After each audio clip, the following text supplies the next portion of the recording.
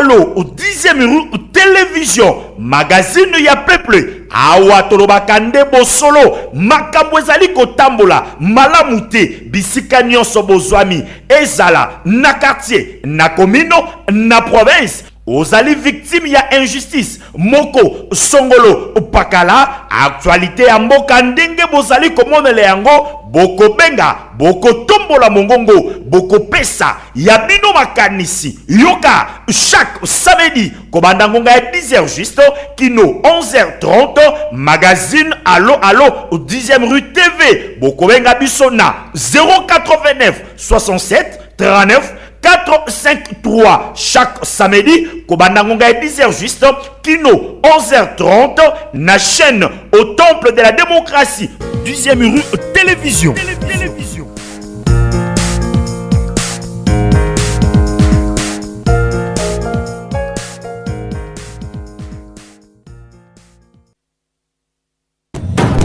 Allô, disons télévision. Pour les amis, magazine, la vérité. Pour le baba Konzambo, Kabasa, la Moussa, tout ça qui parle. Ici, il y a que la vérité, rien que la vérité.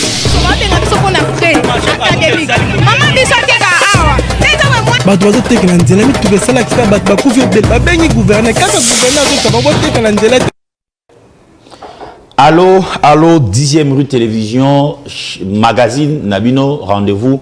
Il y a chaque samedi, Tokutanaka, Bison Nabino, Tobetarama solo, beaucoup plus de l'Aranenini actualité. Il y a semaine, Mobimba, le lundi samedi, Tobandaki Yango, lundi, Tomekakako, Lobela, Binope, Bope Sakamakanici, Deni Makambe, le Kanaiki, Awa, Namboka Nabiso, République démocratique du Congo, vous le savez très bien, samedi passé.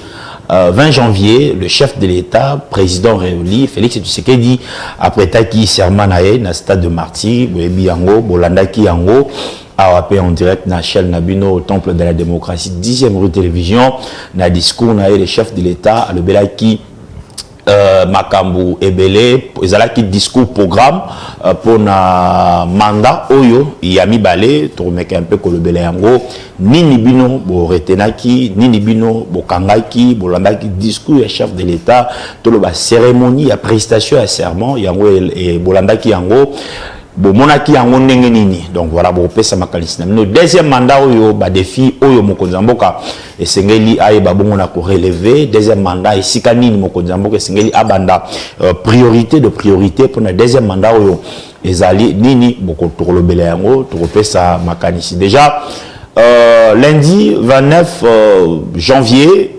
Assemblée nationale ezofongola déjà ba porte nango pour na session extraordinaire. Alors, to comme un peu kolobela yango kolobela neli makamozole kela na union sacrée neli makamozole kela na UDPS parti au pouvoir puisque nous parlons de l'UDPS. Alors invité na biso ya lelo ezali bongo moko ya bakadre ya UDPS oyo to za naye mwana mboka ingénieur Roger Mbote papa Alain, bonne année. Merci pareillement. Okay. Santé malamu. Santé eza malamu. Makambo nyonso eza kitoko na sengi pe kopesa bonne année na peuple congolais pour bandambo les bandits. C'est la toute première fois que Nasa la sortie médiatique. La pesi bango bonne année bisika bazali. Merci. Boni de paix aux amoko. Il y a bada de paix n'habite au côté la mozindo mais boni santé politique il y a parti na bino. Non, il de paix ils allaient se comporter malamu mingi. Comme vous le savez, to utina maponami beaucoup oza bopanzi sango oyebi makambo itali maponami nde la kisaka bokasi ya ba parti politique. En ce moment que je vous parle, IDPS ezali parti politique ya liboso na kati ya mboka RDC, ce qui veut dire que ezali ko se comporter malamu bilembo nango itali misamaki par rapport ya ba député ndenge tozwaki batu ya liboso pe tozali nango fier. Merci. OK. Merci beaucoup. On a régie Enoch lui na kolinga tozwa d'abord parce que comme tozo le bela il pèse il y a un communiqué oyo et yebina ko komela biso donc lui est-ce que tu as communiqué wana so tu as déjà communiqué wana ok communiqué wana nazotanga ngo rapidement. Union pour la démocratie et les progrès social, présidence du parti, secrétariat général, communiqué numéro 005 bar UDPS, bar PP, bar SG, bar AKT, bar 24. La présidence de l'Union pour la démocratie et les progrès sociaux, UDPS du Tshisekedi en sigle, invite tous les députés nationaux et provinciaux élus issus de liste UDPS Tshisekedi, tel qui est proclamé par la CENI dans ses décisions du 13 et 21 janvier 2024 pour une communication avec le secrétaire général le samedi 27 janvier 2024 à partir des 10h au siège du parti à Limité. Sont également invités à y apprendre à participer les députés nationaux et provinciaux proclamés élus sur les listes APCF, DA, bar TDC, 4AC, FPAI, ATU, bar -A, et AADC faisant partie intégrante de la mosaïque UDPS. Et tu sais que dit discipline oblige. Fait à Kinshasa le 26 janvier 2024, signé Augustin Kabouya. Bien, merci. Et donc, lundi Oyo, session extraordinaire na Assemblée nationale déjà. Bah député bazo kendaka déjà ko se faire identifier ndenge zalaka parce que ça début il y a mandat bongo Augustin Kabouya secrétaire général de l'UDPS OYP azabongo député élu ya Moamba yepé akendaki un autre ko zo illustration to illustrer totala wana secrétaire général UDPS Augustin Kabouya tango komaki na Assemblée nationale, lokola ba député nyonso et à Kiti, à Poussani na administration à remplir ba formalité nyonso et sengeli identité naie pour que yawana zo remplir identité maramutu ndenge et sengeli simawana tambola ka visitaki quelques locaux zo moi idée ndeni ni marambule kaka na Assemblée nationale donc puis na souka nde ba remeta qui est jeton ou macaron naé. Alors donc rendez-vous lundi 29 janvier na Assemblée nationale pour na plénière. Il y a Liboso, il y a ba député Oyo ba ponami pour que ba sala musala bongo kunande identification ba sala nde ekobimisa président. Il y a bureau d'âge donc le plus ancien. Et puis, na Bakade à Souka Mi Balé, vous devez savoir que la plénière il y a lundi, cause à la présidée, na secrétaire général, il y a Assemblée nationale, Augustin Kabouya Tamboli, il y a Nabaka Visita qui balo. Kazala qui accompagné, hein, na quelques députés, il y a parti, na ba membre à cabinet, ba accompagné qui est. Donc voilà, merci beaucoup, et donc, lui, Tozoni na plateau, mon amboka ingénieur Roger. Olanda qui discours, il y a chef de l'État, Ndengenini a sala qui discours naie, Bolimbis na olinga, tous on a régi, et donc tous on a nous extrait, il y a discours, il y a chef de l'État, bongo, tokota la mozino, to banda ko analyser discours chef de l'État.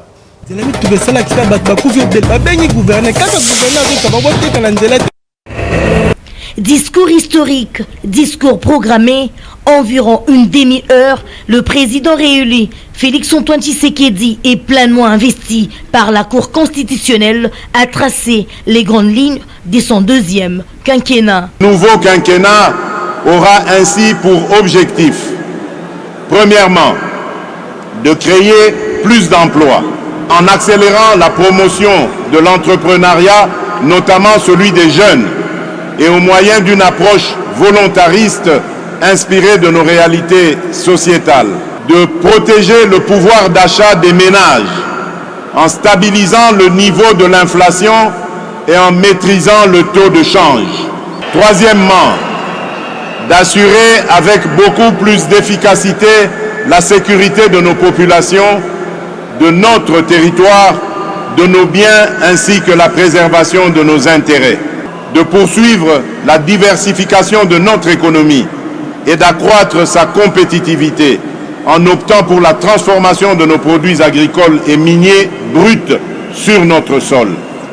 Cinquièmement, de garantir plus d'accès aux services de base en veillant à l'extension des programmes tels que ceux de la couverture santé universelle, de la gratuité de l'enseignement et du PDL 145 territoires. Et enfin, sixièmement, de renforcer l'efficacité de nos services publics. Lors de son discours inaugural, le chef de l'État a procédé sur une série d'engagements comme celui de s'engager personnellement pour que les erreurs du passé ne se reproduisent plus. Tirant les leçons de l'expérience passée et ayant à l'esprit vos aspirations exprimées, je m'engage à user de tout ce qui est en mon pouvoir pour que les erreurs du passé ne se reproduisent plus. Le président de la République, Félix-Antoine Tshisekedi, s'est montré véritablement élégant envers ses adversaires et challengers en les saluant pour leur participation à la présidentielle de 2023. Ne dit-on pas que plus le combat est dur, plus la victoire est belle, a-t-il renchéri. C'est dans cette logique que le premier citoyen de la RDC a fait savoir qu'il va exhorter le prochain Parlement d'assurer l'effectivité du rôle des porte-paroles de l'opposition. Allocution prononcée devant plus de 80 000 Congolais et une trentaine de délégations étrangères, dont près d'une vingtaine conduites par des chefs d'État et des gouvernements. Le président de la République, Félix-Antoine Tshisekedi, leur a tous rendu des vibrants hommages pour avoir rehaussé de leur présence à une cérémonie aussi grandiose qui témoigne de leur appréciation de l'immense bon avant qui vient d'effectuer le peuple congolais sur les chemins vers l'exercice souverain de la démocratie.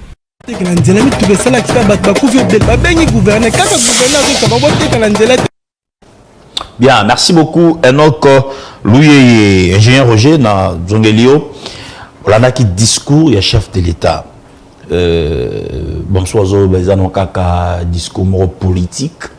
Balobi eza kaka ba makambo yo ele kaiki ba promesse ebele oyo berozala nango penda réalisable été. Alors là un commentaire na yo par rapport à discours extrait autour du Kolanda. Bon, écoutez, premièrement, c'est un discours d'un rassembleur, bien que nous sommes dans un pays démocratique et puis il faut tourner ma critique ou nyonso. C'est ce qui prouve que la démocratie marche correctement et bien en RDC. Mais kasi, discours wana c'est plus un mingi. Parce que premièrement, président la kisi dans le monde entier, kazo uta na école, il y a des démocrates pour féliciter qui peut oyo bazala qui ba concurrent direct. Voilà, ça prouve que l'élection en soi n'est pas mais c'est un jeu démocratique. Il a dit dans son discours et en disant que erreur yakala il va faire tout pour qu'ils ont gâté. Ça veut dire que quelque part c'est une personne qui a fait l'examen de tout ce qui s'est passé en 5 ans passés et a montré que quelques erreurs ils ont acquis, mais les gens ne vont pas dire qu'à retenir parole, non. Mutoyo azo mona que ma bezalaki il faut bongisa azo muto soutenir. Ça c'est un. Mais oyo c'est plus ça mingi.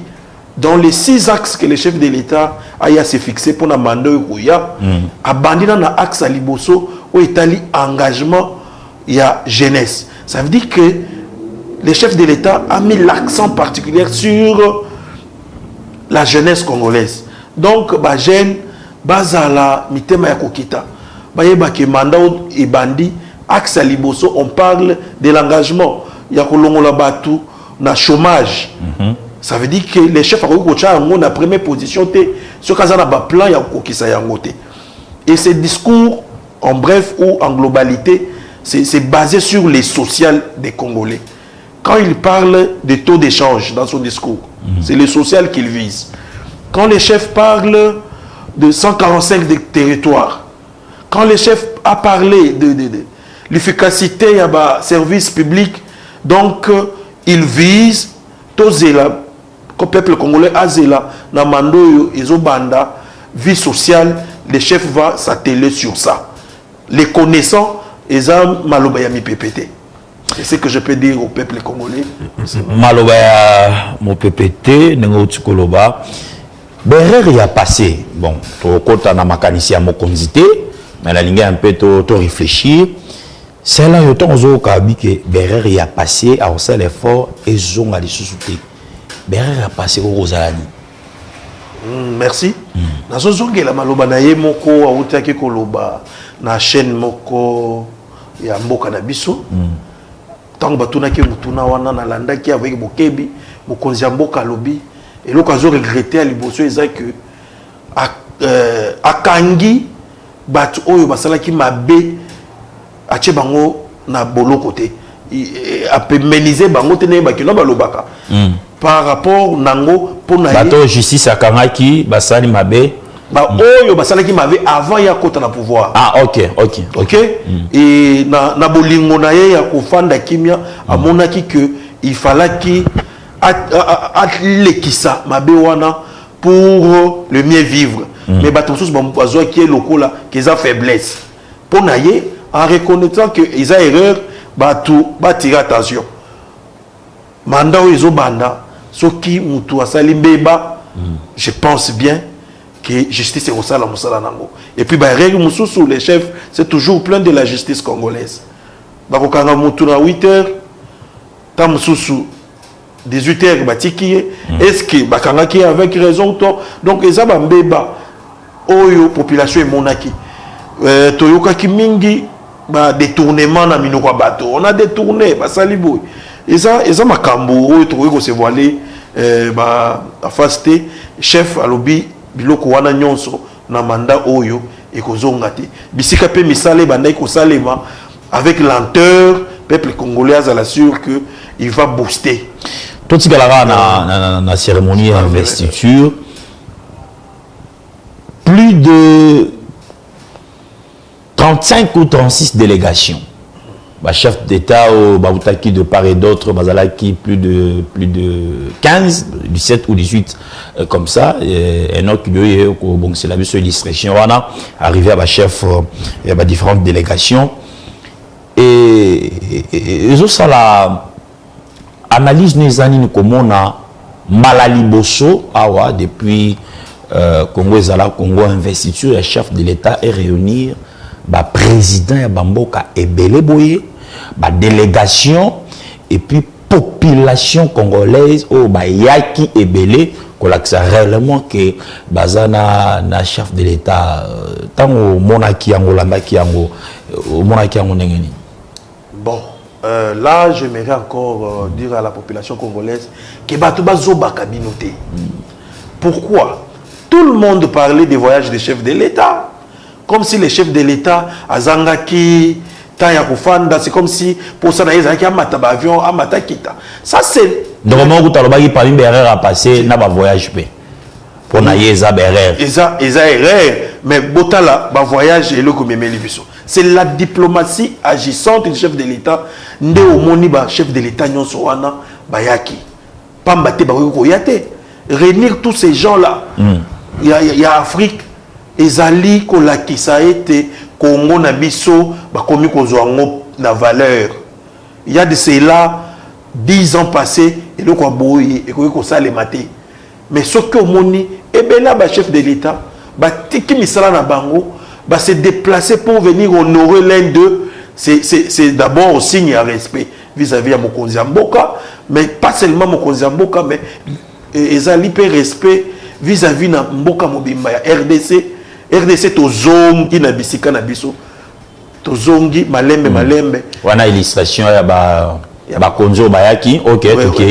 RDC tozali ko zonga malembe na place na biso otobungi saki. Il y a de cela, bamboule belé. Tozongi déjà bien tozozonga na to komi na onte pour musala nyonso to kolobate ke to komi à 100%. OK. Mais 70% parce qu'aujourd'hui, on commence à parler de la RDC partout au monde.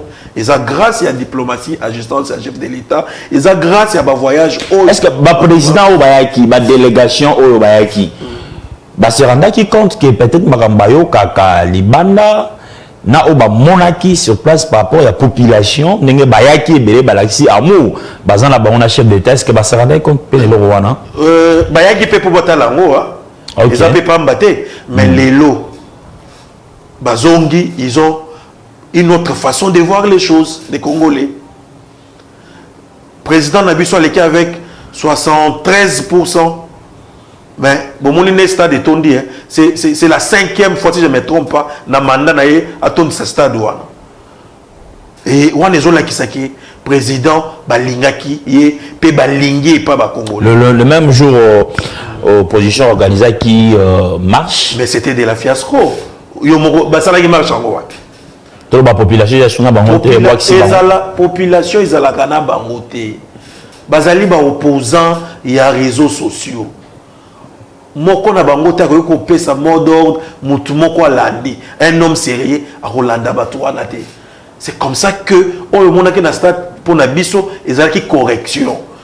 Oui, bato lobi non élection esalemi bien te. Boloba oboloba mais stade wana ba batondisaki yango baza ba congolais. Ba uti bipai na bipai. Pona kolakisa bokasi na bolingo oyo peuple congolais azanango à travers dirigeant naïe, mais surtout na Mokonzi Mboka Félix Antoine Tshisekedi. Nous sommes en direct, nous sommes en direct. Comme la biso déjà, vous pouvez réagir. Numéro na biso, nous sommes balé zawana, ezana WhatsApp, ezana normal, beaucoup réagir pour que binope bon contribuer, bon participer na émission, na ligne tozo ngali susu na régie, et donc lui tozo réaction, il y a président.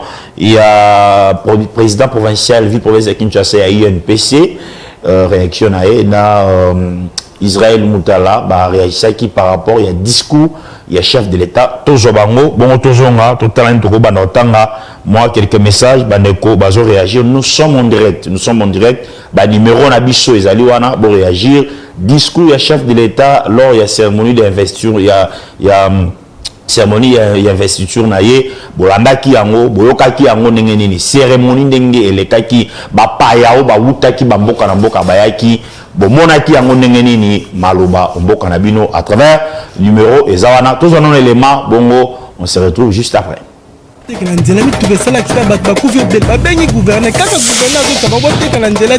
Chaque jour qui passe ezali important pour naie pourtant mandat naie aussi là comme exemple à respecter la constitution na biso le bas na cause plus de 2 mandats parce que c'est épuisant et ben article biso makambo bien to bana okanisa ye lelo a limboleli bango oyo akokaki ko pesa comme réponse na niveau social niveau à sécurité na niveau ya économie tokanisi na mbala oyo ye moko akopona batu na ye ozala suste ndenge zalaki kala ekende kosomba batu na baka mosusu azana majorité na ye azana ba député na ye azana sénat na ye azana gouvernement tokanisi ozala plus facile pour na ye pour akoka kopesa biyano na makambo o population alingi amona programme à 145 territoires en 2 ans. Mais Makambo et Salami, peut-être ça. Moi, Dieu m'a donné l'occasion de voyager dans l'intérieur, quand même à l'étranger. Mais on a 145 territoires. Dans 2 ans, c'est trop. Mais comme Mazan a déjà dans Mita, je préfère que le programme soit à la ponctualité. Il faut être à la permanente. Éthique à la Libéla, il faut créer des structures qui doivent gérer ce programme. Éthique à la Libéla pour abonner à Banamboka. Les 5 ans, Azanango Mobimba. Parlement majoritaire, na Sénat majoritaire, gouvernement premier ministre je crois qu'il n'y a pas d'excuse. Non seulement il n'y a pas d'excuse, mais c'est un mandat de tous les espoirs.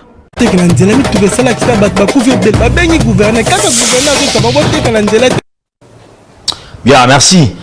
Izalaki de Jean-Marie Gassamba, président provincial. Il y a eu une PCV, le président Kinshasa, PDG Télé 50. Ils ont équipé de Oscar Koussemo Azali, directeur adjoint il y a communication au niveau de la présidence, mais aussi Ndeko Blaise, Azali Bongo, coordonnateur, il y a RTNC 3. Donc voilà, avant d'attendre un message, mon amboka Roger, mon kondiamboka constitution lobby 5 ans, après 5 ans, tout ça, l'élection.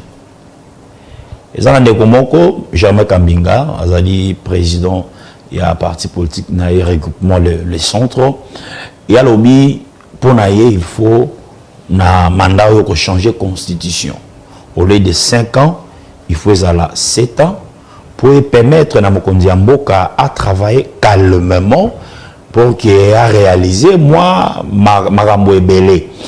Alors, et le roi Nayo, bon, parce que déjà, il faut savoir que déjà, Tumsusuba Koloba était le PES, Bino, Bozana a ambition déjà à changer la constitution dans mandat.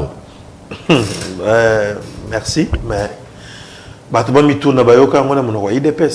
est-ce qu'un responsable de l'UDPS a dit que tout ça n'a pas ça et à ce que ça l'a négé? Mais on ne peut pas interdire à un Congolais il y a coupé ça, Makanisinaï sur un point, il y a un beau cannabiso.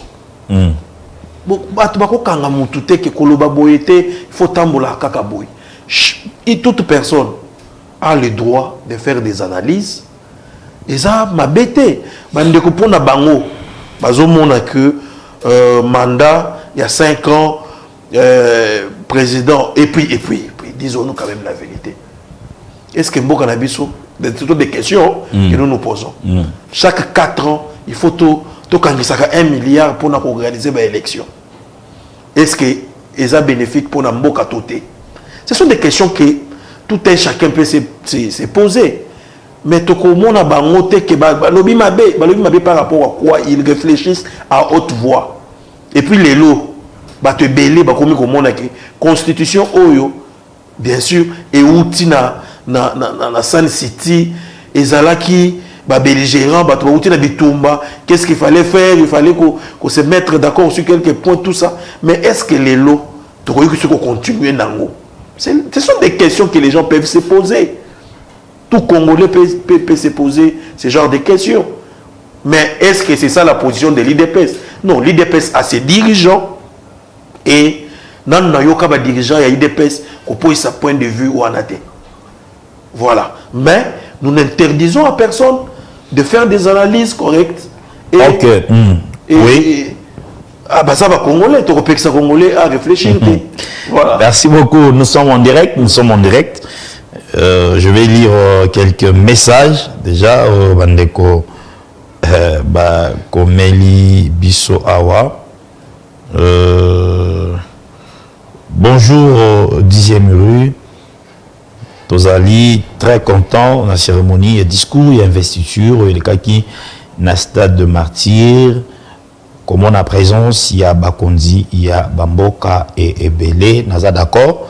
Na invité na yo nenga lobby bavoye chef de l'état oyo batu brandaki koloba biloba loba yangwana vraiment et fouti ndeko Jefira Landu na commune ya Selembao. Merci beaucoup ndeko Jefira commune ya Selembao.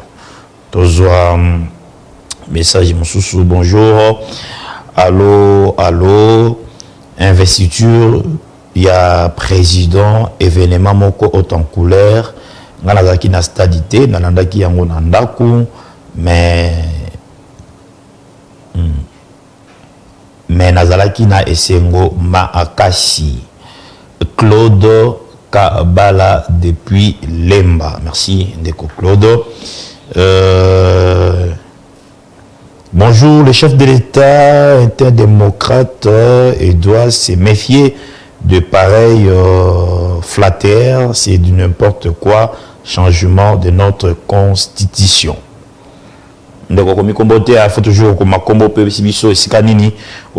il a réagi par rapport à il a changement, il y a constitution, proposition, il y a Germain Kambinga.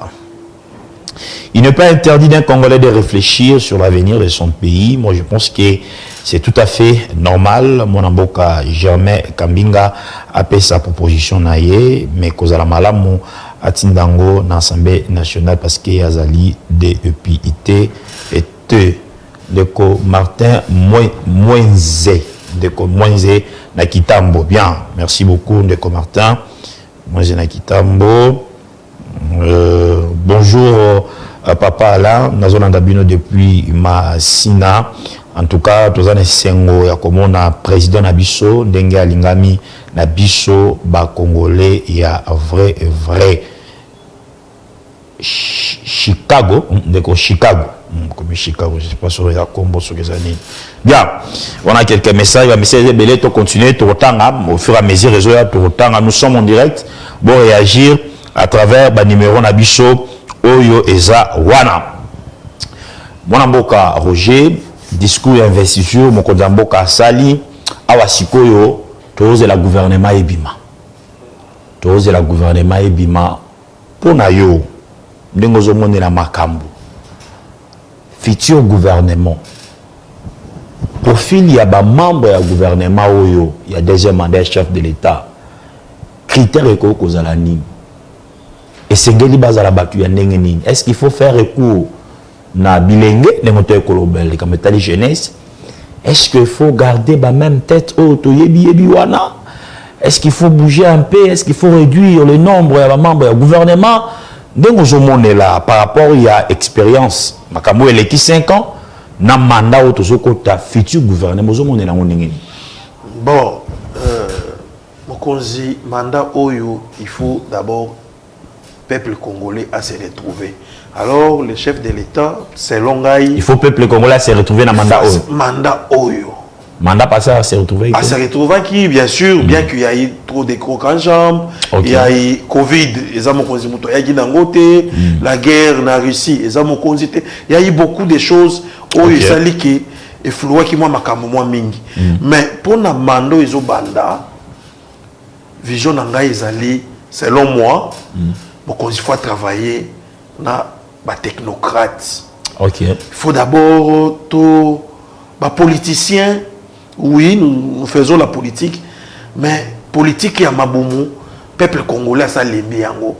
Lelo, oza awa, lobby, faut ça la moi stratégie moko po ba peso wana. Mais quel est l'apport ndenge ndeko Félix Wazeko aloba ka peuple azozela nini na ba konzeo bakoya. Peuple azozela alia malamu, alata malamu, bana batanga vie sociale est changée. C'est comme ça que pour Nangaï, bilongi misusu aussi tobaye yango. Peuple congolais, ils ont bilongi atali boyebi ki oyo azamu yibi. Vraiment, ils ont 5 coups analyse mingite. Tous en a pour ça il y a un renouvellement de la classe politique.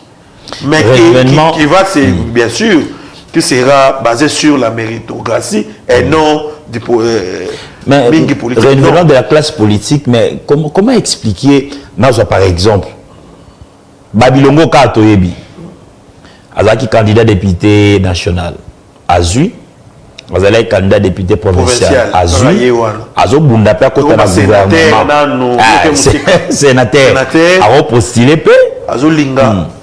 Bandi ozomona batu nyonso baza gauche à droite batatakie bandi akotala la gouvernement mabumu na bango mokonzi ya mboka tolingi batu wana bazoya pona mabumu te cherche nous des jeunes toyebi ki oza na capacité wana voilà obimiseli biso ba jeune oyo bazo sala makambo na kotanga ngai natangaka otali na Saint-Tap Junior Mata na PC Mbote bisika zali aza jeune. Ouais. C'est ça payé banakité. Tout à l'heure les lobbies c'est que commis. Ba jeune ya bongo, tous en a posé nga na bango na mboka na biso. Tous en a posé nga ya batu ya bongo. Tous en a posé ya batu ba koya ko kumisa yote fachi beton. Lobby ba créer ba parti politique. Oui. Non. Nyonso wana bazo sa la politique pona mabumu na bango, pona bana na bango babosani population. C'est ce qui commence à se faire maintenant. Mais, koyeba mokonzi wa utina libumu ya IDPS to yebiki bato bakosutuka na Bato gouvernement bakosutuka. bato ebele bakosutuka na Donc pour vous, il gouvernement. faut des technocrates, il faut ça la recours na jeunesse, bilongi ya sika, bato ya kalo basali salipe, mais ça sera un peu très difficile parce que Tolobela déjà ma gouvernement, moi mouvement salami, union sacrée, tout le monde déjà plateforme il y a bazobengango alliance PCR. Pacte pour un Congo retrouvé, et ça ici Vital Kamere, et ça ici Julien Paloukou, et ça ici Nani Moussouana, moi quelques leaders, Oyo, ça ici Bazan a plus de 100 et quelques députés na Bango, et tout ça, bientôt là aussi, ça m'a le condé, bon ça la sortie officielle, il y a plateforme na Bango, plateforme na Kat, il y a plateforme et union sacrée, et zo, balobi déjà que union sacrée, c'est un makasi, hein. Dans une opposition, il y a Mokonzi na biso, il y a parti Augustin Kabouya. Oyo, voilà. On appelle Simon Misikazali, honorable Augustin. Toko pekisa mutu. Toi, on a un grand politicien. On peut interdire Bango, s'organiser, n'engue bazali au salate. Mais on peut pekisa population à réfléchir, répéter. Population zali au talati. Il faut. Voilà, mais est-ce que la population a besoin de tout ça?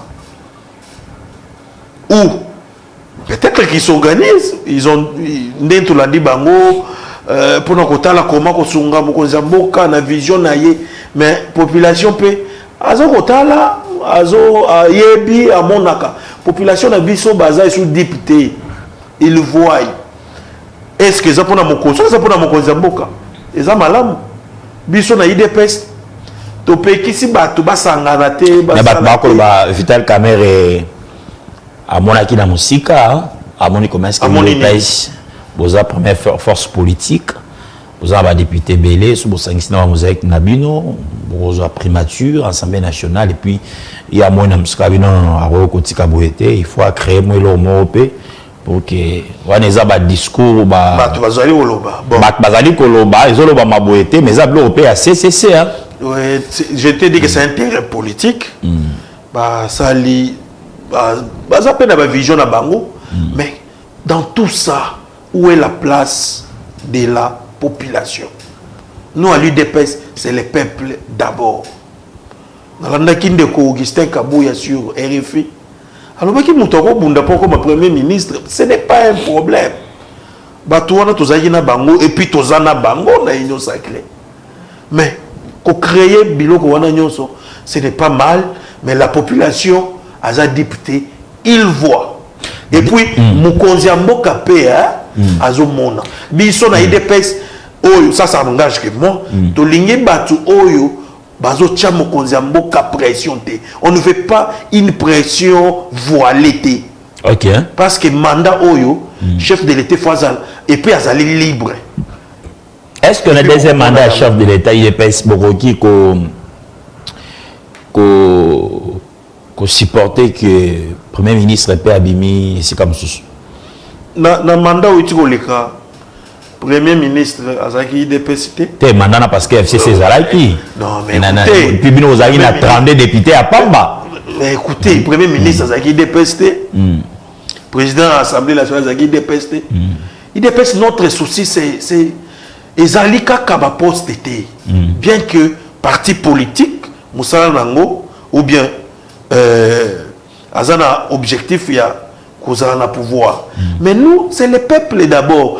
Pour eux ils ont animé biso eza peuple azo zelanini. Le mandat ya IDPS na pouvoir. Ceux qui Mokonzi Mboka na pouvoir na ye amoni que na kati ya IDPS mutu songolo pakala azo mérité et puis baza ebele hein bazo mérité yango ozo mona pe ba agitation mususu azo primature akozwa ce qui amoni nous notre problème c'est soutenir la vision du chef de l'État l'accompagner votre secrétaire général travailler Mwana Mboka Roger votre secrétaire général Augustin Kabouya avant que na ba élection na ba discours na ye na ba matinée na ye ba descente na ba voyage à Sali abandai koloba ete faut IDPS to travailler tobimisa ba député ebele pour tozwa primature. Vous travaillez, aujourd'hui vous avez 69 députés, wana kaka na IDPS ya pamba. So tobito sanctionner ba mosaïque na bino bozo kende au-delà ya 100 députés. Et il y aura ici travail wana et vous allez à pamba zolo bakaka polo bao parce que bino peut boire la base. Base de votre que bon bino comme vous allez pour na peuple bat musu bazo de bon primature bat musu bazo de l'Assemblée nationale bat musu bazo de bon Sénat bino IDPS vous allez wana pour na peuple. Non, c'est pas ce que j'ai dit, mais je dis, je me répète encore, Tolingi kocha mokonzi. Chef de l'État za mokonzi na biso ya parti. Même ceux qui ont été indépendants.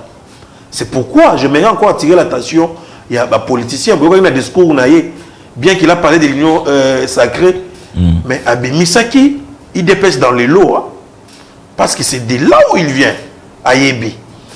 Biso to sali Moussala, to bimisi, mokonzi na biso, Augustin Kabouya, était au four et au moulin. Bomoni ba député, to sa première force politique. Est-ce qu'il faut to banda ko lango pression? Ezo monana, nous méritons qu'on soit primature. Mais cela ne fait pas de nous to komaneti tozo mokonzaro la la tepo, il dépêche il faut toujours primature. Tout ça dans ce non, mais nous méritons parce que tout sa première force politique. Nakati Assemblée, nous les méritons. Et puis ce n'est pas un péché de les dire tout haut que prémature, il faut y en avoir des péchés. Ils ont péché, ils ont les sous pété. Quelques messages. Bazali pe kosala ba tractation, bazali pe ko ils appellent les sous monter. Mais chef mokonzi na biso yende ayebi wazora akouta wapi, akosala lenge nini, mais biso des péchés. Bisika nyonso oya kozwa, nous allons soutenir le chef de l'État. Quelques messages. Bonjour Didier Muru. Un Congo retrouvé, c'est-à-dire que notre pays était disparu. Par rapport à Congo, un Congo retrouvé à lui. C'est le Congo et Bungaki. Et puis, pacte ou alliance ou retrouvé en haut. C'est très important quand vous nous écrivez comme ça. Il faut toujours préciser ici kanini oyo obengi ibiso ekozala ma alamu. Bonjour papa Alain, il a participé mawa pour les politiciens. Il y a RDC quand Vital Kamerhe dit c'est pour soutenir le chef de l'État. Nous pouvons conclure que pendant tous ces temps et ne soutenait pas les chefs de l'État. Bon. Je comprends un peu ce message. Dieu donné Kangolo. Dieu donné Kangolo. Dieu donné Kangolo. Il faut nous préciser. C'est très important. Au pays de Combo, c'est très important pour nous. Une plateforme dans une autre plateforme, est-ce que ça existe? Pourquoi des autres Yaboyenakati ignorent ça à créer? Gustave Oyakoi depuis Njili. Merci Ndeko Gustave. Bonjour papa Alain. Il pèse et Sengeli Azala et Kenge P Mayele parce que Ndenge et Bandeli Boye Eza Maala Moute Kamere Toye bien na Baje Naye. Gaston et Bondo. Gaston et Bondo. Bien, on a des quoi réagi par rapport à Yanine. Bon, Nalingi, tout soit Vital Kamerhe, Aza, lors de membre à la présidium, il y a Union Sacrée. Il a créé une plateforme ou alliance, tout ça. Bon, on a alliance. Et ça ici, moi, ma personnalité, donc, ça ici, ma regroupement. Oh, ils ont la 4, il y a Union Sacrée. Moi, je n'ai pas de recommandation. Ça m'a beaucoup d'épée à Sali Aye.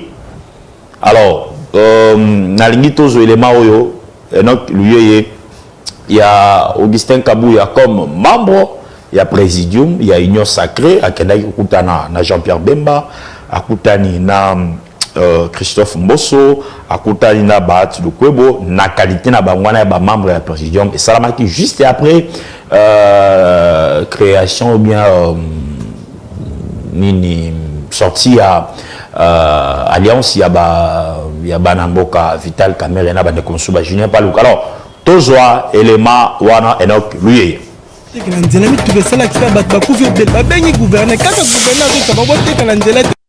Après les élections du 20 décembre dernier, où les candidats de l'Union sacrée de la nation, Félix Tshisekedi a été valablement réélu président de la République démocratique du Congo. L'heure est venue pour réfléchir sur l'avenir de cette méga plateforme de la République et surtout le deuxième mandat du chef de l'État. C'est ce qui justifie donc les rencontres du numéro 1 de la famille politique du chef de l'État, à savoir l'UDPS, Augustin Kabuya Tshilomba, avec ses collaborateurs, membres du présidium de l'Union sacrée. Le secrétaire général de l'UDPS a été tour au tour chez Jean-Pierre Bemba, vice-premier ministre, ministre de la Défense et président national du Mouvement de libération du Congo MLC. Ensuite, chez Modeste Bahati Lukwebo, président du Sénat et responsable du regroupement politique AFDCA. Pour finir, chez Christophe Mbosso Nkodiampwanga, président de l'Assemblée nationale. Nous venons d'une élection où nous deux nous sommes élus comme députés au niveau national. Il est normal qu'on puisse se concerter pour voir l'avenir de notre plateforme politique l'Union sacrée. En réaction avec la nouvelle alliance politique qui vient de voir les jours au sein de l'Union sacrée, le secrétaire général du parti présidentiel, Augustin Kabuya, a souligné que la mise en place de ces regroupements ne perturbe pas l'Union sacrée. N'oubliez pas que la RDC, c'est un État qui prône la démocratie. Et nous ne pouvons pas empêcher les membres de l'Union sacrée de se réunir. Signalons que l'Union pour la démocratie et le progrès social, UDPS, est la première force politique après les élections avec 69 députés, sans compter ses mosaïques.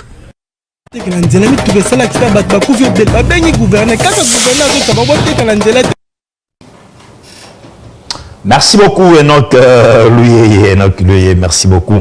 Bien, on a beaucoup Kolanda, mais vous devez savoir aussi après Kokutana na Jean-Pierre Bemba, Modeste Bahati Lukwebo, Christophe Mbosso, Augustin Kabuya akutana kipena Sama Lukonde, donc ko illustré des biso yango akutana kipena Sama Lukonde parce que azape membre na kati ya présidium ba meka un peu ko solo là kotala nenge makambo zali ko raconte o yakutani na ba membre à présidium, il y a Union sacrée, et là qui, juste pour notre l'avenir, il y a Union sacrée, oui, candidat na bango, alongi maponami, maintenant, lobby à Union sacrée, vous allez n'engeni, deuxième mandat, vous allez n'engeni, alors, Sololi, Pesani, Makanisi, na, membre, Nyonso, wana, il y a Union sacrée, de comment, merci à notre. Moi, comment pourquoi pas écouter une Vital Kamerhe. Bon.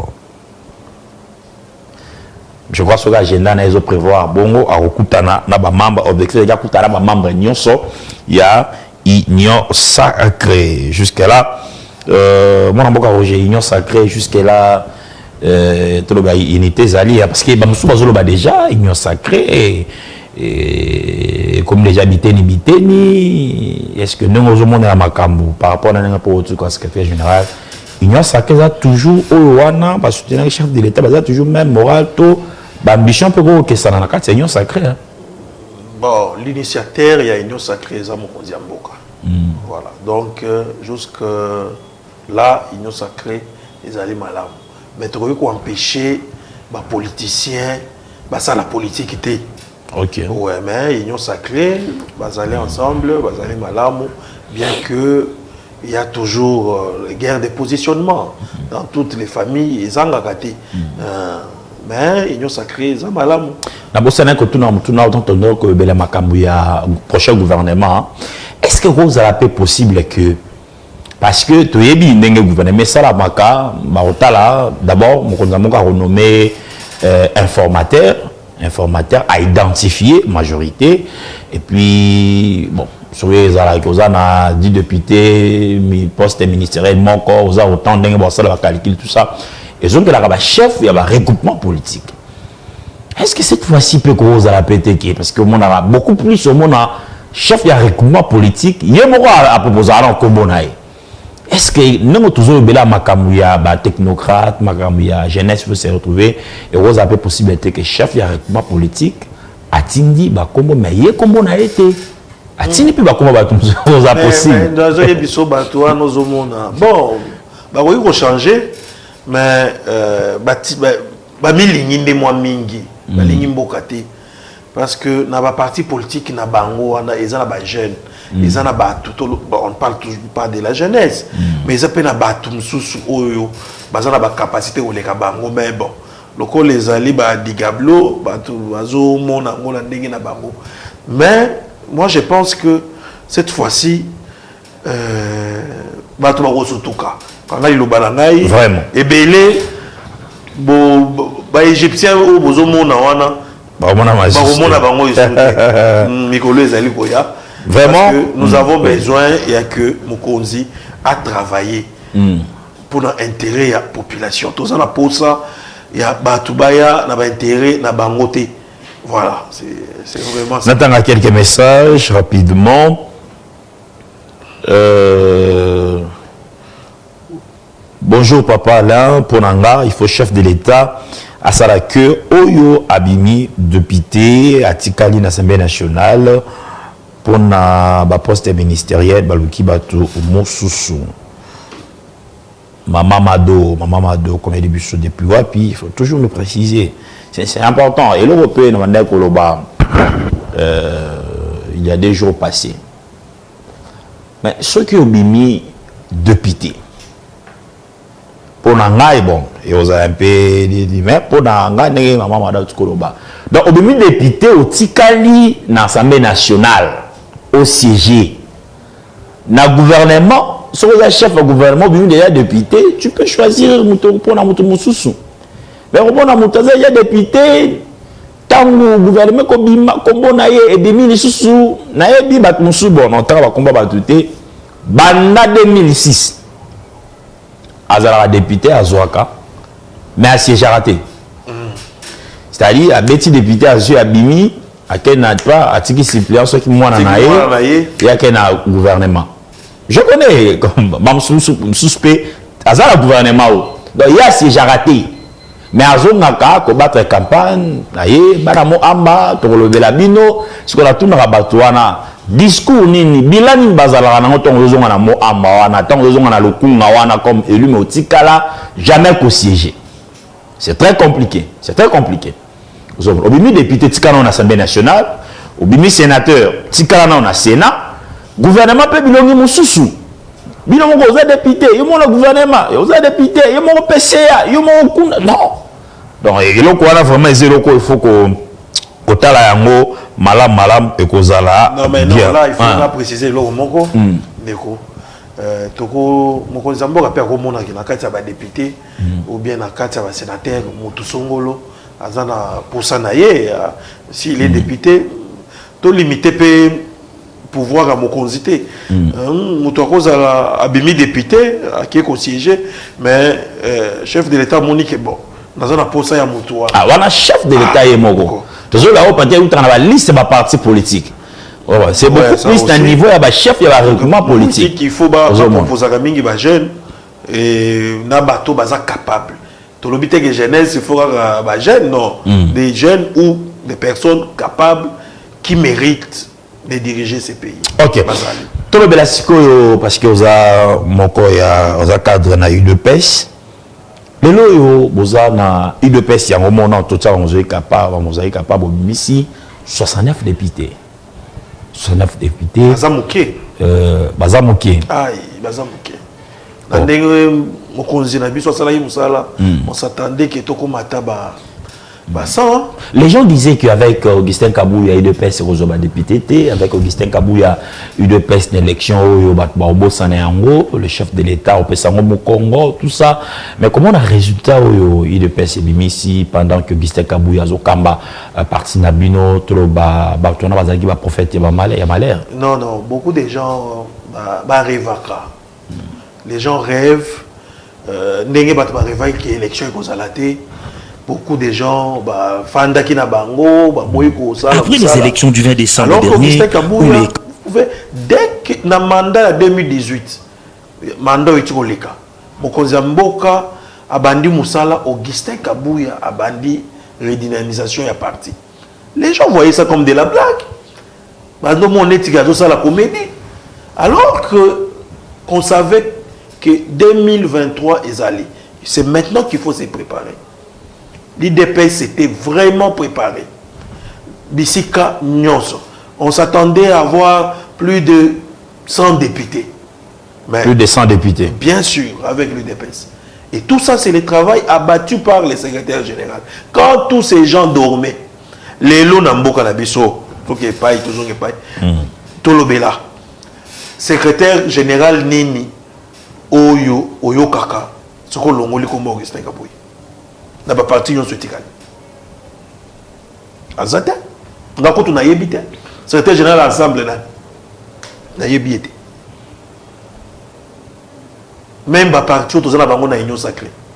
Mais nous avons un secrétaire général qui a compris la vision du chef de l'État, a moni difficulté au chef de l'État zaki nango na mandat ou tikoleka, il s'est mis au travail.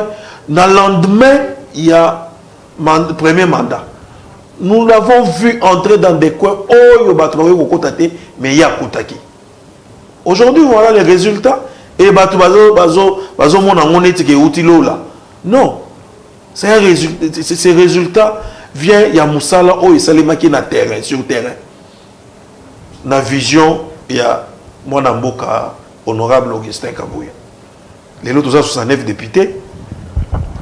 Et sans compter, ils ont les sous-secrétés, stratégie à ma mosaïque. Ça, c'est Augustin Kabouya. Moutouana, Olingaye. Olingaye, pour Moutounaye, c'est Pélisakayote. C'est bien bon. Mais Moussalo Zaligo Sala, il faut qu'on dise Mayango. Parce que depuis, tant oignon, ce bateau Bazaligo, le DPS, ils ont tambola malamouté. Tant que Banego tambola malam, on avait combien de députés? Selon eux, ils peuvent nous donner des réponses. Un parti, la première force politique dans la RDC, ils ont autant de malamouté. Non, c'est de la mauvaise foi. Ils ont monté ma bé. Augustin Kabouya Sali Moussala, mon ami, Ndengozoloba, Toro Koloba, qui a salipé Moussala ou Ndimami, bon, à propos que tu as la paix Maramoussou, tu ne pas du parti, ou bien. Est-ce que va changer entraîneur ou bien Azanan, Augustin Kabouya Azanan, on a eu de pèse. Nous ne voulons pas la distraction. Augustin Kabouya est encore là, l'UDPS. Moutou Oyo, Otindi Mwana na yo na classe. Ou bien Otindi Bitumba. Akeya Bundi à Longi, ba PC ba médaille. Oyo logo le bité yo aussi ba médaille trop. To me quand de kana Oyo, on non bundate. Est-ce que vous comprenez? C'est de la même chose. Oh, il est une élection présidentielle. Moi, Namboka Félix Tshisekedi, Abundi, Azo Beta Barwande, Kagame Azo Lala Pongi, Azo Lotaka Yekaka.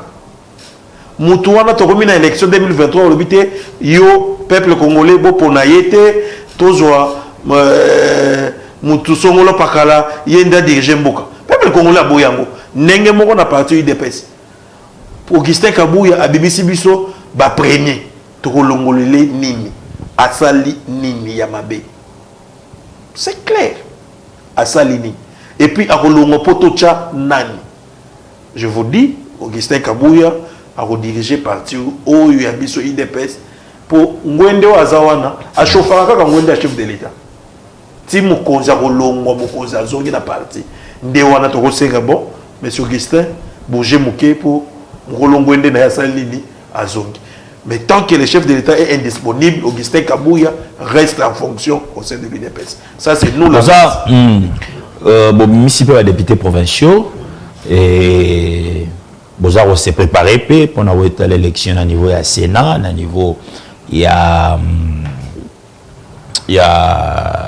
ma province, tout ça, Bozoli qui a payé nako bimisa ba siège belé na niveau ya Sénat peu kozwa parce que mandat aussi là il pèse vous allez à ceux qui na 4 gouverneurs Kassai central Kassai ils avaient beaucoup plus na Kassai na Maniema tout ça bon ils allaient peine mingité sur 26 provinces bozo compter mbalo pe ko mata par rapport il y a nombre de provinces mais il faut tout mata parce que na lingi pe na kota place wana balo tiko leka tozalaki na ba député provinciaux ebelete mais c'est qui wana IDP tozalaki ndeni tozali likolo. Vous voyez, aujourd'hui nous avons beaucoup de députés provinciaux, il faut qu'à 14 et la paix ko bitumba na biso ils ont causé la gouverneur partout, c'est un combat normal. Et puis naïbi qu'avec moi na bouté tokokoma wana. Ce n'est pas pour faire culte à ma personne, mais il dirige bien les partis. Et tous les députés provinciaux et belé, bitumanabiso, tokoso kawana te ba sénateur kalamingite. Yango nazo senga na ba combattant ba distraire bisoté. Ba distraire bisoté, ba yike, ba distraire bisoté. Bitumanabiso siko ils ont kozwa ba sénateur. Il faut tout ça la politique. Tout ça la politique pour nous causer bibonga nyonso. Il y a ba gouverneur des provinces, il faut qu'on bunda. Tout tika ba distraction ya tolongo la kingani pour mutu na izo se biso te bazali ko kosa biso. Ceux qui bazo la biso discours ya ko diviser biso tobo ya yango. Parti na biso ils a première force politique présentement actuellement tous na ba député belé tozali na ba député provinciaux ebelé siko tozo kende bitumba ba gouverneur na sep na biso wana na principe le ngonya na Jacquemaine Chabani pour na musala ou azali na kati ya kwa battre vraiment tout se préparer pour na sénatorial na ba gouverneur pour tout rafler et ebelé pour te na ko diriger sans trop être freiné. Bien. Moi, mboka Roger Ekamba, to zokeni malembe na suka ya émission na biso ya lelo. Lelo yo chef de l'État deuxième mandat. Ce qu'il faut abandonner la deuxième mandat. Qu'est-ce que je dis? Et c'est quand même un banda. Donc priorité de priorité pour ce deuxième mandat. Là où le chef peut commencer dans le domaine ou dans le secteur il faut attaquer par rapport à la population s'y retrouver rose à la secteur. Secteur ya liboso il faut balabala au reliaka ma province. OK. Parce que il va permettre échange il y a kaka ko se déplacer facilement et puis l'économie est tournée. Balabala ezali mutuya mingi surtout pe oyo ya 145 mokonzi ya mboka abosa nango te a continuer nango pona ngai faut etikala ezala kaka etikala ozomo te ke ezali kambu ya suivi parce que tangu asala ki tourner na campagne abane ko pe sa population baloba sika mususu autour boye likambo tsongo leza ko avancer te boye quelque part au monde a qu'il faut que sa dose a suivi na gouvernement ezoya vraiment point au soulever ça très important il faut suivre ça les mois. Moi j'avais honte na place un gouvernement oyo baza sortant na ma etalaki francophonie c'est le chef de l'État qui faisait les suivis alors qu'il avait un gouvernement.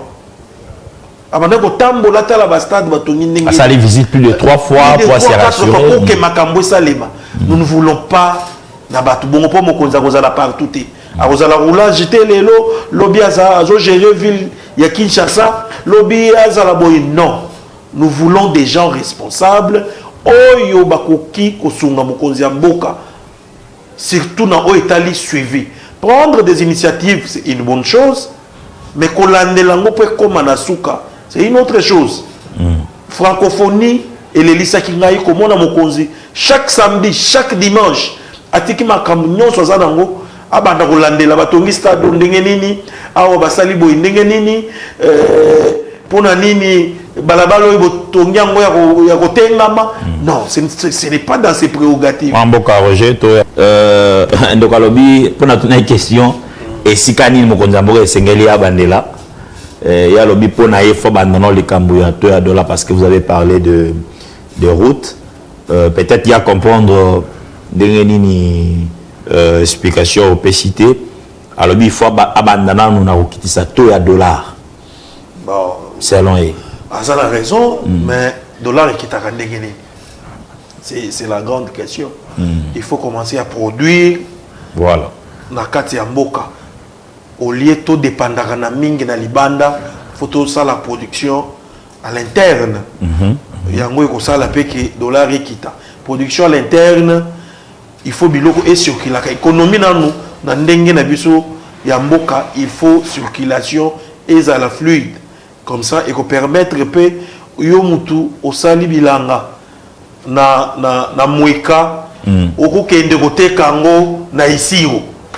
Vous voyez au moins, il faut permettre diversification il y a économie. Le président l'a dit, bien que dans 6 axes à l'obéli, makambo ya dollar dans deuxième axe, ce qui ndeko à l'année discours à Mokonzi Mboka à l'obéla donc Azapé a raison, mais il y a toujours des conditions où il faut qu'on réunisse pour que le dollar et na kozala stabiliser. Ok. Pour le gouverneur, suspendu par le VPM Peter Kazadi, sont réhabilités. C'est confirmé, sont réhabilités. Gentini Ngobila, il y a Kinshasa, il y a Mongala, il y a 3 comme ça. Gentini Ngobila, il y a Mongala, je suis rapidement. Équateur, Chouapa. Oui, Chouapa, Kinshasa, Mongala, Équateur. Donc voilà. Na vice-gouverneur à Kassai Central, je crois. Bien. On y sur baza réhabilité. Réhabilité. Donc, j'ai coco intérim Messili. Tikalika ka vice-gouverneur. Et puis Ngobila. À Zongeli, na poste. Maman, il faut, chef de l'État, nommé gouverneur. Et aussi mbaté parce que constitution izoloba ke ndenge tout ça qui ba élection pour comme ça va députés provinciaux bangonde ba ko voter ba gouverneur dès na ville à Kinshasa awa ba députés provinciaux au ba bimi bangonde ba ko décider nani oyo akozala gouverneur na mandat oyo je crois si to comme ba mars ba élection au salama pour que to soit ba gouverneur bien voilà mon mboka Roger erreur exacte qui n'est maman Angola lobby parce que mandat liboso oui Covid, mandat liboso oui guerre ya Ukraine, mandat liboso oui bakoka jambe ya FCC. En tout cas, oyo mandat exacte. Eza union sacrée mais bakba otala UDPS to le bilango bon parce que pouvoir il y a UDPS parce que lobby va partir musu ba ko bendana donc bozana droit erreur te mandat onenge mama depuis Angola beti c'était pour nous. Oui, tous on droit na erreur te. Mokonzi Mboka na sengio lisusu yoka ubandela koyoka libondeli ya pasteur Roland Dalo yoka ngo lisusu vers surtout libondeli asalaki na stade oui libondeli asalaki na stade osalela mingi maloba oyo ya suka wana na boyi ko bandela ngo me maloba wana mwa mingi ayoka lisusu libondeli ya pasteur Roland tozana droit na erreur te bien sûr. Et mokonzi beaucoup na casting ne vous en faites pas toyebi muto aza mokonzi Mboka ba tous ba mona ke bongo mais auti na IDPS toyebi c'est qui vaut et ba idée na yeza lo lingi nini alala kate pona Mboka oui il va na base azoyoka au non so population ezongolo bozo que population ezongela mingi création ya roulage PC eza Ils ont un roulage. PCR.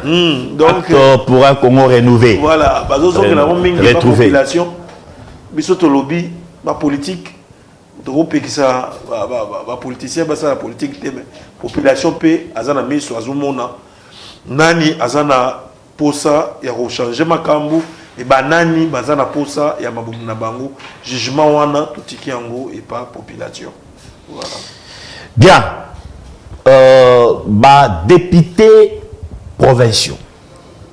Surtout beaucoup plus, il y a ville, province, il y a Kinshasa. À venir, il y a Kinshasa, et ça, Maboko, Nabino. Population a eu occasion de voter par gouverneur. Population a fait bino mandat, bino bokende, pour représenter. Ville à Kinshasa, tozongelate toyebi ndenge kambami toyebi makambu ndenge lekaki toyebi mais est-ce qu'il faut Kinois a continué toujours kolela na deuxième mandat? Vous devez aussi aider les chefs de l'État, vous les députés provinciaux à Kinshasa, non seulement à Kinshasa mais à la province et vous devez aider les chefs de l'État par rapport à choix au bino bokosala ya mutu o bokotsa comme gouverneur. C'est très important parce que la population n'est azolela. Moi, je suis Roger Kamba. Yosa Kinois, mon qui bassin n'engel le cas qui a vu la Kinshasa, ben nana kende, oyo suspendi, bazong ici, oyo balongoli et tout ça. Vous ne voyez pas que les députés provinciaux bazan a lourde charge malao. Bazan a lourde charge et puis toujours la bango toujours jumélé. On a besoin d'informations. Tous ces classiques-là sont en train de se préparer. Voilà. Mais quand il m'a sapé ça qui moi lumière moko biso ba téléphone na biso ici à kufungwama. Moindre pépé ya corruption beaucoup dans les réseaux sociaux. Donc nenga sali bo remement pesi na élection ba gouverneur. Oui, bien sûr et puis na sengi na population tous à l'éveiller. Info nyonso il faut partager.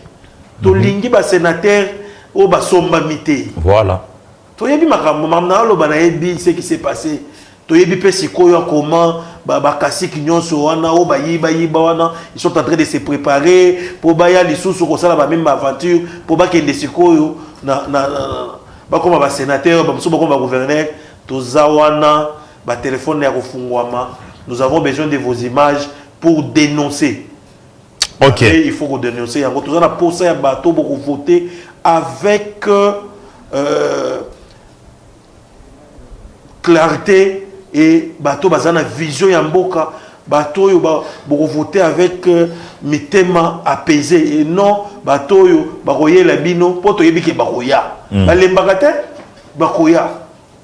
Mais cette fois-ci tous ces ngina ba députés provinciaux boyo qui service sonité bo sala musala na bino bo sanctionner bato bo mondenge population sanctionner ba kasik ebele bino pe bo sanctionner bato pour so tomoni ba sénateur bilongi akala bino nde ekozala faute na bino so tomoni ba gouverneur ya mayuya ekozala de faute na bino.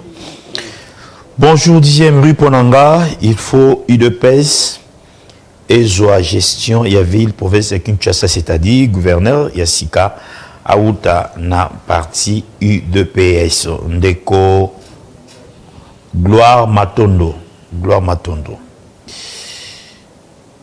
Bonjour papa Alain, ils ont participé mawa comment on a ndenge Gentini Ngobila bazongi sié il est sous ngapena mituni lokola mama wana oya bengaki na Angola Gentini Ngobila aningisaka wapi ponyo se komelaka ye azonga kaka na kiti na ye ya bokonzi.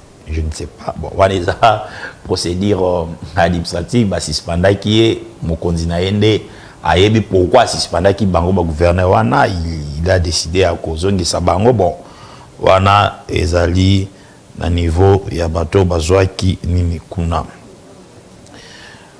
Bonjour papa Alain mikolo ya moké oyo je vois sali tout le monde vraiment Aza homme et terrain. Alors cette fois-ci UDPS et ça la confiance pour que Aza la gouverneur à Kamba à ville. Ah bon, Aza il a terrain, un autre qui lui est est-ce que tu as na Willery?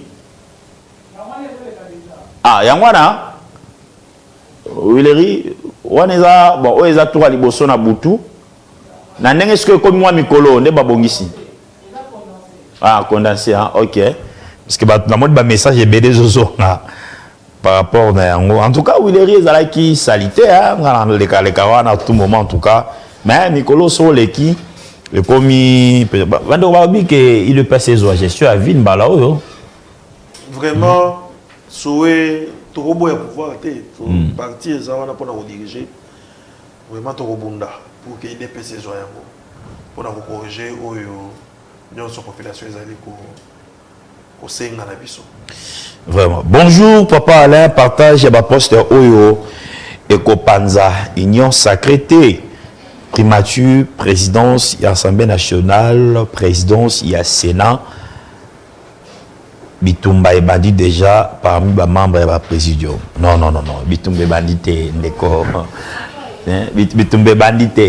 Parmi les membres de la présidium, Bitumba est bandit. Hein? Tout dans la claire.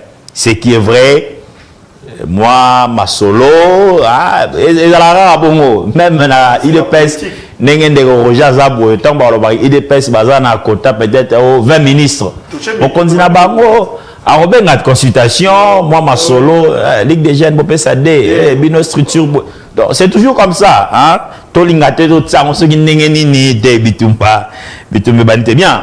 Donc, on a souvent corrigé, le lot n'a mis comme cadre, il y a eu de pêche, mais bon, ça me colle sous. Dans la bonne casquette, au cola mon quoi, bateau peu bazar national, mais péquicité n'a tout le monde, tout n'a bon image national. Merci beaucoup. Dengo Tcholo, bon, ils ont écrit un cadre, IDPS, mais bon, la SNEL se porte mieux aujourd'hui qu'hier. Voilà, c'est ce que je peux dire.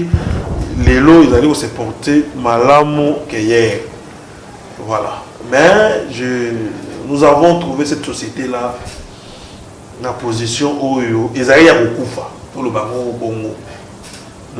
Banyongo epai makambo ebele pai wana bato ba gérard ki kala bato ba gérard kala banyongo wana totikala komona te. Et aujourd'hui, la première des choses, je tiens à féliciter le DG de la SNEL, mwana mboka Fabrice Lusinde na oyo manso azali kosala avec son équipe, le DG a Dedi Luamba et puis conseil d'administration Mobimba on a sala parti na yango parce que musalo to sali dans une année les locaux qui de retourna mutuna na ba agent SNEL ce ba futa makam colonie ba oyebisa yo les 15 et les kakate ba futa ma chaque les 15 liboso ba no futa na nyongo ce qu'on appelle ba ligne de crédit les lo ba comme futa ma na to soit sur ligne de crédit et puis il fallait DG Lusinde la vision et la kibiso to analyser qui dans conseil d'administration on a eu à combattre ça plus de 600 personnes ma grande alcoolo combattre la bangope moi kanyaka pour que combattre ba dollar et influencer sur ba revenu na bangote nous appelons l'année auto salina na SNEL comme une année de social ya ko chana no ba agent ya SNEL na position au wapi ba ko sala musala malam bien que musala ezana ya mingi mais to bandaki na wana aujourd'hui agent SNEL mon côté azana retard a koyebi sauter ba futa maka chaque les 15 ba futami ba zo ki 13e mois na bango donc tu vas kena ko voter moi na mboka Félix Antoine Tshisekedi Tshilombo c'était des millionnaires. OK. Bien en France donc dans le bilan on a Mozindo tant aux occasions à Oyamba Tigali pour ça là au Italie technique sur ville ya Kinshasa sur appel tous allez vous à gauche à droite tokobongi ça va na mboka siko ezalaka nini bon ce qui match bandi pas kurekatani comme lomo ezalaka nini baja SNEL nde basalaka ngo bato balobi bakoperaka na bato aba pour que bato na ebele bon nazwaka ndenge kinois pepe palobaka nazwaka bongo et comme il a rappelé bino ba requête wana ezala nini balobaka mais il y a l'inspection au yoto activé en parce que ça y a rolala pour batambolaka bazwaka bakawana vous savez nanda kuna yo soko mesana kozwa kopo ko tcha likolo ya mesa yo mona ko komi habitude normale etikala ka wana même après bapayasyo baye yo komona okawa nous avons cette lourde charge pour changer ma mentalité autokuti. Je vous dis que ce n'est pas facile, mais ce qui batchaki biso wana et pas mon kozamboka moko oyo ba yebisa biso eza les redressements. Donc on redresser kaka bisika mabeza laki. Mais maintenant ba bandi ko mona impact nango vraiment mingi te, mais makambo belé salemi batu ba ko mona d'ici année oyo vitesse ya makambo na kata système ndenge ko salema.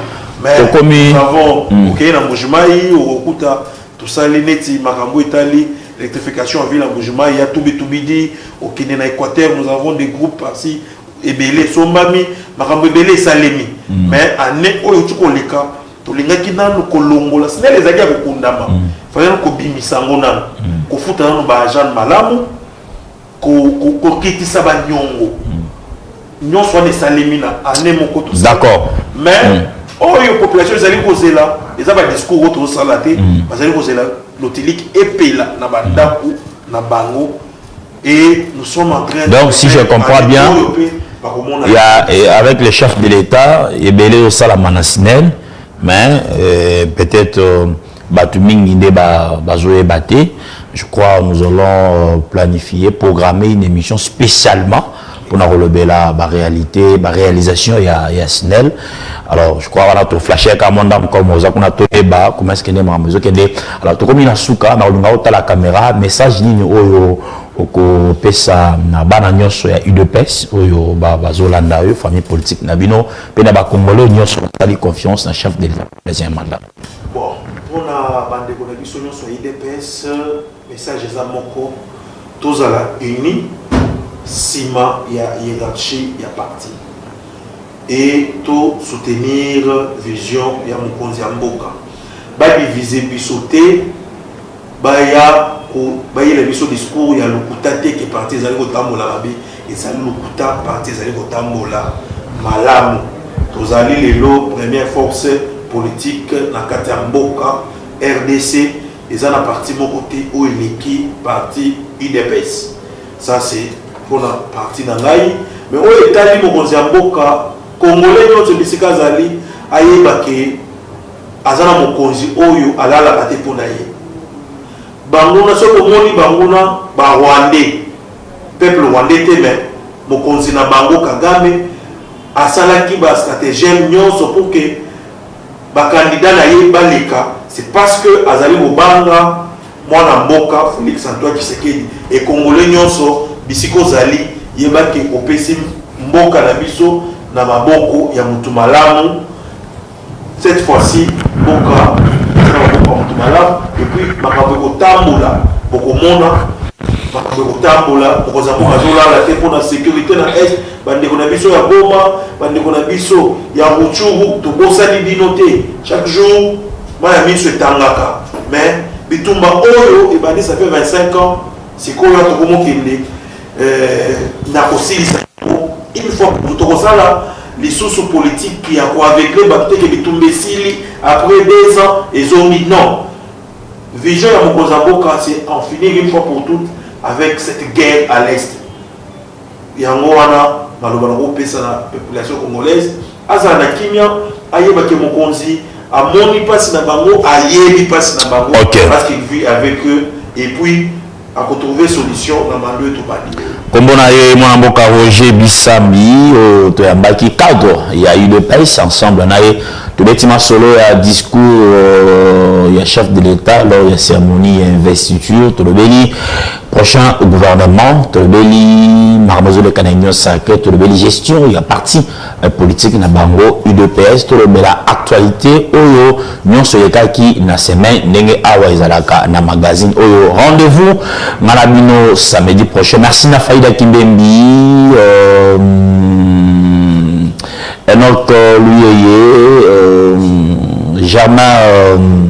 Jamais Mbunduku, merci Yacinthe Kabouangé, Narcisse Taboué dans le montage, Dieudonné Masunda, les Dipro, la grande équipe, oh, ça là que Makamunyo se les cabien, to Monana, Nabandaku, Nabino, alors tout à samedi prochain, n'a pas invité M. Suspect, sujet M. Suspect, des actualité que les cas la semaine prochaine. Au revoir. Allô, Bizemeri Télévision. Oizali magazine la vérité. Pour le baba Konzamboka, basala Moussa, Tchindaki Bango. Ici, il y a que la vérité, rien que la vérité. Comment est-ce qu'on a fait académique? Maman,